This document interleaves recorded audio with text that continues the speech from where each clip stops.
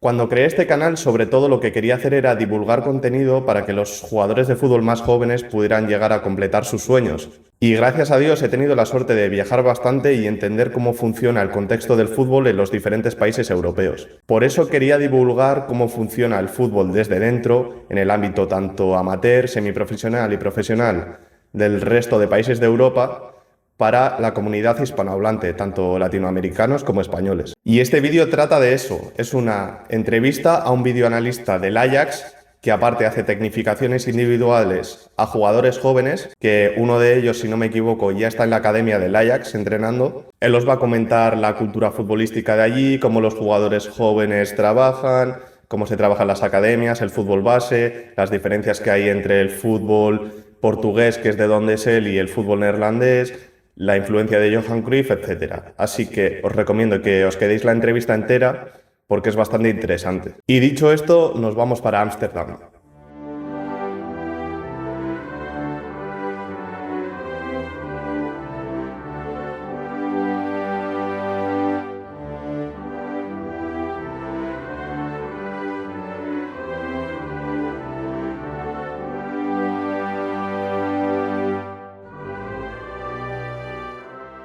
So the big difference between Portuguese youth and like amateur clubs and the Dutch one is like there is a bigger investment from the community itself in the Netherlands. So every small club, every amateur club is like way more developed with a lot of football pitches.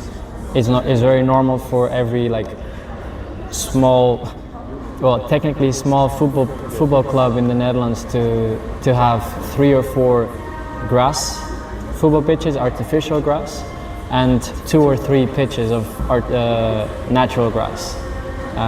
Is always well taken care of, so there's always a possibility for the, I would say like 100 to 120 teams that each club usually has to train every week, twice a week, and have a game either on Saturday or Sunday.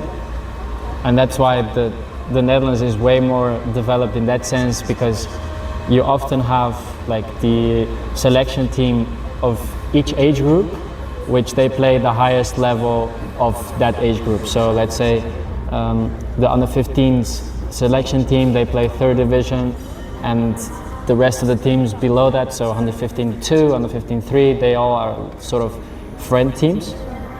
Whereas in Portugal, from my experience, where I played until the 13th age or year of my age, is like we struggled to have players. So we would have very often like 12 players, 13 players for each age group, and often not even have enough players to play for that age category. And we also played in sort of dirt pitches, so it wasn't top quality football pitches of artificial grass or natural grass, so it was way more difficult to kind of play football.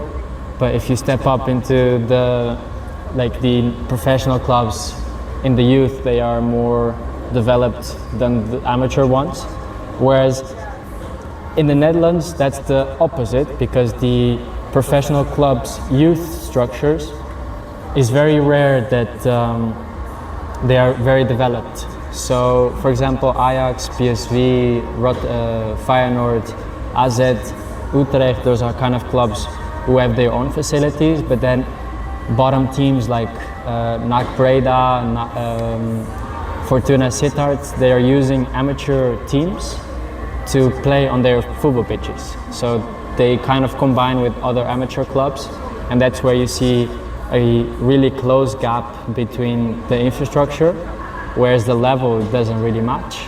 So they have, like a professional team has all of the resources, such as video, such as like a big staff, and the amateur teams as a, sort of just one coach and maybe the team manager who's a parent. So the parents in the amateur world play a big role, whereas in the professional world of youth, they are more just spectators. So I would say that's kind of the biggest difference. Well, for sure, Johan Cruyff is possibly the biggest influence on the Dutch football, especially because you have the 14 rules of Johan Cruyff spread through courts. Yeah, so Johan Cruyff is like, he's won the Champions League as a coach for AJAX or as a player, I don't remember anymore, but he for sure influenced how Ajax played football, how the Netherlands played football, like going from the 4-4-2 to the 3-4-3 or 4-3-3 to 3-4-3. And you can see it all over the Netherlands, like five-a-side pitches just about the Johan Cruyff Foundation, which is like sort of based on raising money for different causes. And they have the 14 rules of Johan Cruyff. 14 was his number, to the point that the number has been like retired from Ajax. And yeah, like you have noticed a big difference in terms of how playing football has evolved since the moment that he became coach at Ajax and when he went to Barcelona as well. But I would say like there's been a really big influence because, for example, the Johan Cruyff turn, all of the movements that he made for the first time that no one had ever seen, is like something that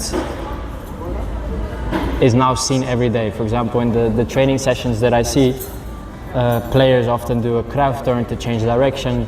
They often use like movement of the ball to drag players, 1-2s, and all of the quotes that he gives. For example, simple football is complex to, you know, like playing good football is playing the pass with one touch at the right speed at the right time. You know, those kind of things are some valuable core stuff that really take into account, for example, Ajax and other clubs. I wanted to ask you if here they prioritize like developing the youth talent, or maybe they like importing talent from other countries? Well, every club is different. So, for example, some clubs don't have a good youth structure, so they need to go from the international market. But for example, Ajax is known for having a really strong youth structure, which is very connected to the city. So when there's games, the stadium is always full, and there have been a lot of players from the youth going from like age of 8 all the way to the first team and then coming back. So they leave the club and then they come back. Like for example, Matthijs de Ligt, you have Frenkie de Jong, although Frenkie de Jong came from the youth of Willem II, so it's another club. Donny van der Beek, you have a lot of players that have come through the ranks of Ajax, but then you also have players who have kind of became excellent players by coming to Ajax. So for example, you have Luis Suarez, who came from Uruguay where no one know him, and from Ajax he stepped up to Liverpool. You have Ibrahimovic as well, who came from Sweden. You have so many players, but I think, for example, Ajax is probably the club that you see the most, but you have also other clubs who always have sort of a generational talent that comes out. Like for example, Ziyech, he went from Heerenveen, moved up to Twente and then to Ajax. So for the clubs like Ajax, creating the talent is already implemented through the city, and how for example with Johan Cruyff, all these values are implemented into the youth, and all of the players have those values in themselves. But when it comes to professional football, they always want to step up to Barcelona, Real Madrid, Manchester City, Manchester United. Whereas for the smaller clubs, like the mid-table bottom team, they want to go to Ajax, PSV, so that they can go to other clubs, you know? Like of course, I think the main thing in terms of bringing Eredivisie to the top is for sure the quality of the players and the quality of the teams in general. So how big the clubs are, how big the facilities are, how well organized the league is, how good of a reputation do they have, because if you go to, for example, the Premier League, you have 20 clubs who are probably the same size as the first 3 of the Eredivisie, and even I would say like the top 10, they can become, if they would go to the Eredivisie, they would become top 2, top 3, you know? So like what it needs to happen is like if there's a club who gets a really good player from the youth, try to keep hold of him, and then trying to attract more players by offering good deals, offering good benefits. But that's where the other clubs are kind of a step ahead, because they have the more money, they have more facilities, better facilities. Everything is kind of better away from the Netherlands. So that's a really tough question, because yeah, you have to think a lot about it, you know.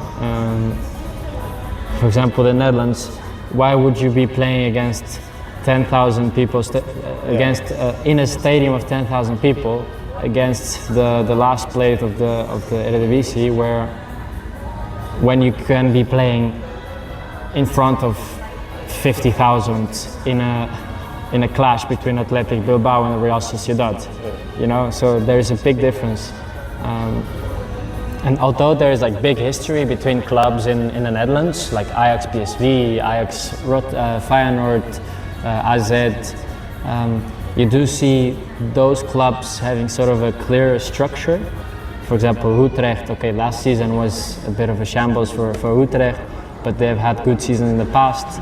AZ has become very strong as well, so you have now more teams becoming like contenders for the top positions, but it all goes down when the main factor for that happening leaves. So let's say last season or 2 seasons ago, Sparta Rotterdam, I think it was Sparta Rotterdam, they came 6th or 7th when they were seen as like relegating in that season, and then the coach went to Ajax, you know.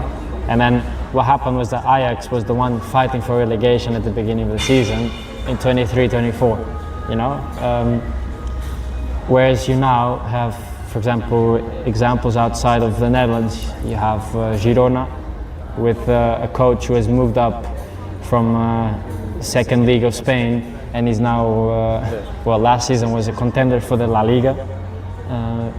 In Premier League, okay, you have often coaches who, like, they are not given much time. But look at Klopp, he won the Champions League and the Premier League. Look at now the time they are giving to Erik ten Hag at United. So you have a lot of stuff.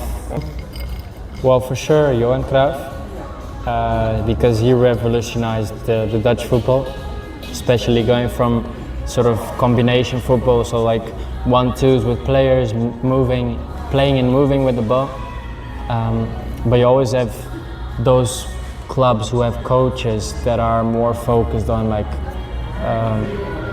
long balls, those that are looking for the deep in behind the players, in behind the defense. But it also suits the players they have, you know. So like if you have players who are tall and slow, you're not going to be playing deep balls. But I would say like there is more teams playing, like trying to play football, and yeah, it's something that you also see in the Netherlands. However, now they kind of changed from a 4-3-3 to a 3-5-2.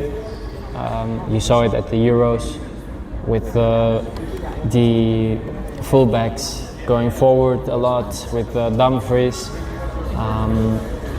So yeah, it really depends on the players, on the coach. For example, Arne Slot with Feyenoord, the last 2 seasons, he's playing attacking football. So like always aiming to go forward, always aiming to reach the goal the best way possible, instead of just going high ball, high ball, high ball.